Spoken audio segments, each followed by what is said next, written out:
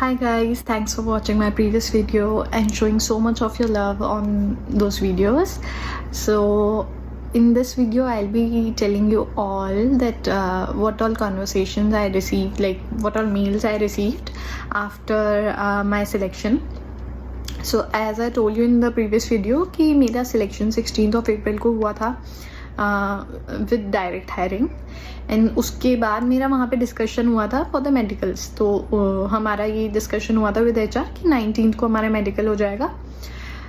And then फिर मैं घर चली गई थी. फिर वहाँ पे on that same day evening पे मेरे पास एक मेल आता है कि मेरा मेडिकल टेस्ट जो है वो बुक हो गया है for 17th, I mean the next day from मेडबडी.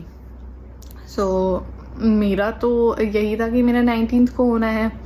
And then फिर मैंने जो लैब का नंबर दिया था I called on that number two confirm कि ये कल का ही है मेरा स्केड्यूल या नहीं. तो फिर उन्होंने बोला कि हाँ मेरा कल का ही है. देन फिर मैंने मतलब लाइक उन्होंने बताया कि फास्टिंग वगैरह रिक्वायर्ड है इसके लिए. ये सब मेल में भी इंफॉर्मेशन आई थी. एंड देन फिर नेक्स्ट डे 9 बजे की मेरी अपॉइंटमेंट थी एंड पूरी फास्टिंग के साथ जाना था, 12 आवर फास्टिंग.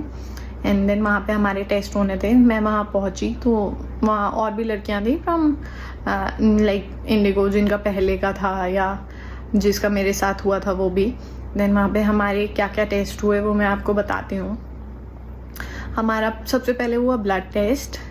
ब्लड टेस्ट में काफ़ी सारे टेस्ट थे तो उन्होंने पहले हमारा ब्लड का सैंपल लिया, उसके बाद हमें वेट करने बोला. एंड देन फिर हमसे हमारा ECG हुआ था.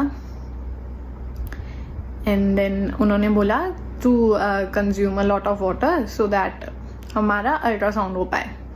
सो हमने वेट किया एंड देन पानी वानी पिया. उसके बाद फिर हमारा अल्ट्रासाउंड हुआ. एंड अल्ट्रासाउंड के अलावा हमारा ब्लड सैंपल तो कलेक्ट होता ही है, साथ में यूरिन सैंपल भी कलेक्ट होता है वहाँ पे. एंड इसके बाद हमारा हुआ हेयरिंग टेस्ट. हेयरिंग टेस्ट में उन्होंने हमारा एक हेडफोन सॉर्ट ऑफ कोई डिवाइस थी वो लगवाई थी हमारे ईयर पे. एंड देन वो साउंड प्ले कर रहे थे जस्ट टू चेक कि हमारा मतलब लाइक दोनों कानों से हमें ठीक सुनाई देता है या नहीं सुनाई देता है. तो एक बीप करके उसमें साउंड आती है तो वही चेक वो करवा रहे थे.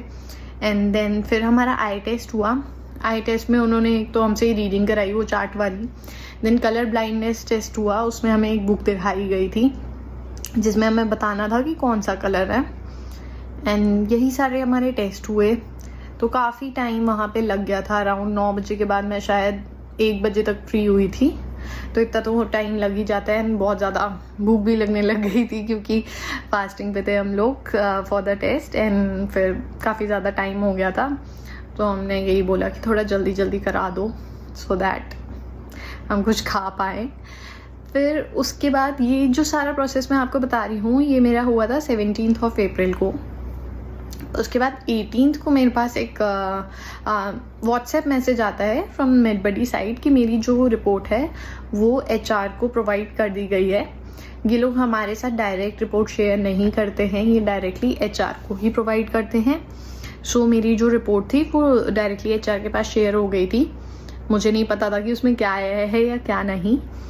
एंड देन फिर after 1 week I received a mail जिसमें मेरा स्टेटस था कि am I fit to join और not.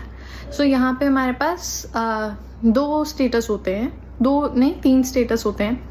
Fit to join, temporary unfit and unfit I guess. तो टेम्पररी अनफिट इज़ लाइक कि आपकी कुछ रिपोर्ट्स ठीक नहीं आई हैं तो जिसके लिए आपको टाइम दिया जाता है कि आप दोबारा मतलब ठीक कर लो एंड रिपोर्ट टेस्ट करा के आप खुद से भेज दो उनको. And fit to join is कि मैं ट्रेनिंग के लिए एलिजिबल हूँ.